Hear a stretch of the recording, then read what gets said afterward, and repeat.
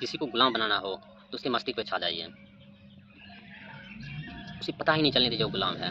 उसको आज़ादी नाम का जो है फूल माला चढ़ा दीजिए, पहना दीजिए उसको, और खबर कर दीजिए उसके दिमाग में, उसके मस्तिष्क में कि वो गुलाम नहीं है, वो आज़ाद है, परिंदा है, एक स्वतंत्र जीवन जी रहा है।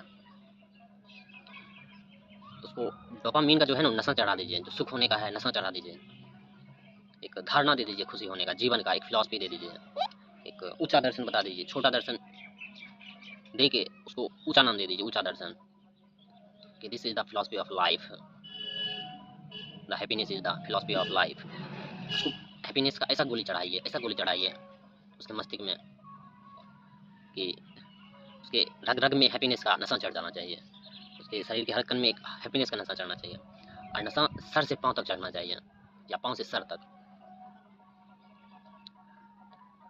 ऐसा ही हमारे समाज में स्त्रियों के साथ हो रहा है। उसको एक फिलॉसफी दे दिया गया है, एक दर्शन दे दिया गया है पुरुषों द्वारा बना के, पुरुषों द्वारा, समाजों द्वारा, हालांकि पुरुषों से बनाया हुआ समाज है। उसको एक दर्शन दे दीजिए, एक कर्तव्य दे दीजिए, आज़ादी के नाम पे गुलामी का कर्तव्य दे दीजिए कि कुछ तीर मार लो, कुछ करो। ऐसा ही ढेर सारा कर्तव्य दे दिया गया है स्त्री के पीछे, या स्त्री के अंदर, या स्त्री के मस्तिष्क में। हालांकि मस्तिष्क ही स्त्री होता है, एक बनाया गया है सामाजिक स्त्री, समाज के द्वारा स्त्री ही बनाया गया है। तो मस्तिष्क में उसको बता दीजिए कि तुम्हारा कर्तव्य क्या है, तुम्हारा नाम निशान क्या है, तुम्हारा जो जीवन क्या है।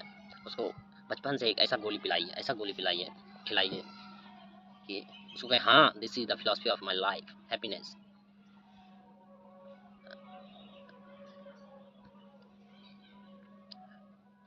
तो इंसान के अंदर जो वृत्ति होगा वो उसमें सहायक रोल प्ले करेगा, अदा करेगा। हाँ सही बात है, हैप्पीनेस। ऐसा ही स्त्रियों के साथ हुआ ही है, क्या करना है, क्या नहीं करना है, सब पहले से डिसाइडेड है, सिलेक्टेड है। और कुछ ऑप्शन भी बना लीजिए कि तुमको यहाँ टिक लगाना है, तो भी खुश, हाँ this is my option, this is my freedom, right to freedom.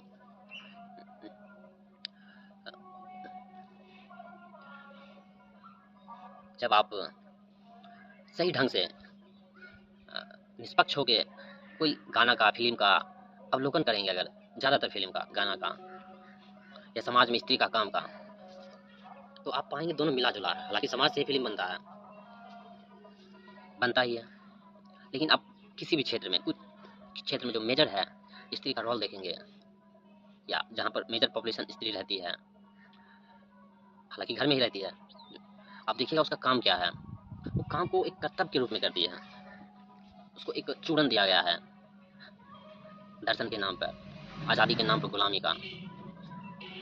तो उन्हें खबर ही नहीं है, उन्हें पता ही नहीं है कि हम कौन है, मेरा दायित्व क्या है, जीवन क्या है, स्वतंत्रता क्या है, मुक्ति क्या है, ज्ञान क्या है, सांख्य ज्ञान क्या है, उन्हें कोई खबर नहीं है।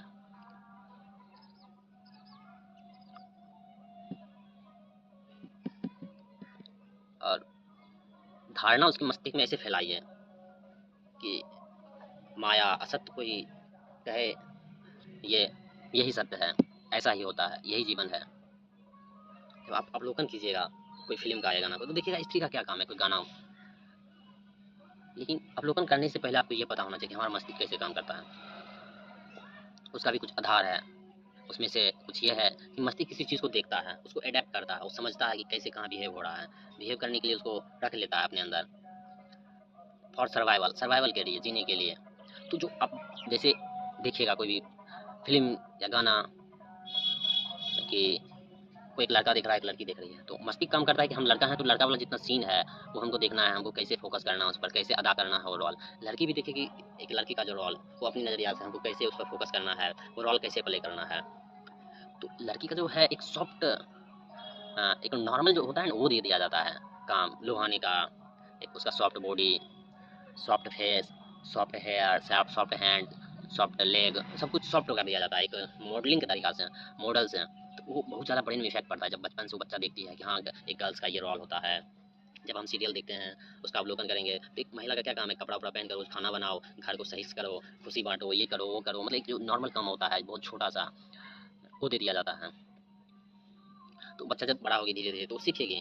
और चूंकि हमारा जो सिस्टम है, एजुकेशन सिस्टम है, वो सब एक कंजम्पशन पर बेस्ड है, कि बस रुपया कमाना है, कुछ कुछ खाना है या जीवन यापन करना है, खा पी कर या भोग क्या। वो कुछ नहीं पर आधारित नहीं कि मोर क्वेश्चन कैसे किया जाए, जिज्ञासु कैसे बना जाए, प्रज्ञावान कैसे बना जाए, बोध कैसे आए, ये सब पर नहीं है। तो वो स्त्री या पुरुष भी नहीं सवाल करता है कि आखिर हमको क्या करना है, इस पर सवाल उठाना या नहीं उठाना है। तो उस जहीं तक वो करने वाला तो उसका ब्रेन अडेप्ट कर लेता है, और वो कभी सवाल नहीं उठाता है, तो उसके कारण अब उसका जो माइंड है वो चाहेगा हम भी ऐसा रोल अदा करेंगे, नहीं तो हमारे जीवन में कुछ क्या हो, कुछ कमियाँ रह जाएगी। समाज इसे बताता है तुम कुछ कमी हो जाओगे, उसको भी लगने लगता है हाँ हम कुछ कमी हो जाएगा अगर ये रोल अदा नहीं करेंगे। फिर वो भी भागती है उसी रोल अदा करने के लिए जो समाज द्वारा बनाया गया है, एक दृश्य के रूप में, एक शरीर के रूप में, एक भोग की वस्तु के रूप में। अब जब गौर से देखिएगा तो वही नजर आएगा, एक भोग की वस्तु की तरह दिखाया जाता है कि हाँ ये भोगने की चीज़ है। हालांकि थोड़ा थोड़ा करके दिखाया जाता है, लेकिन जब आप गौर से देखिएगा तो यही नजर आएगा। उसमें चेतना का कोई काम ही नहीं रहता है, चेतना कैसे बढ़े ना, चेतना का विकास कैसे हो, उच्चतम शिखर पर कैसे पहुंचे, बोध कैसे जागे, ना स्त्री को ना पुरुष को, और वो दिमाग में धारणा बन जाता है।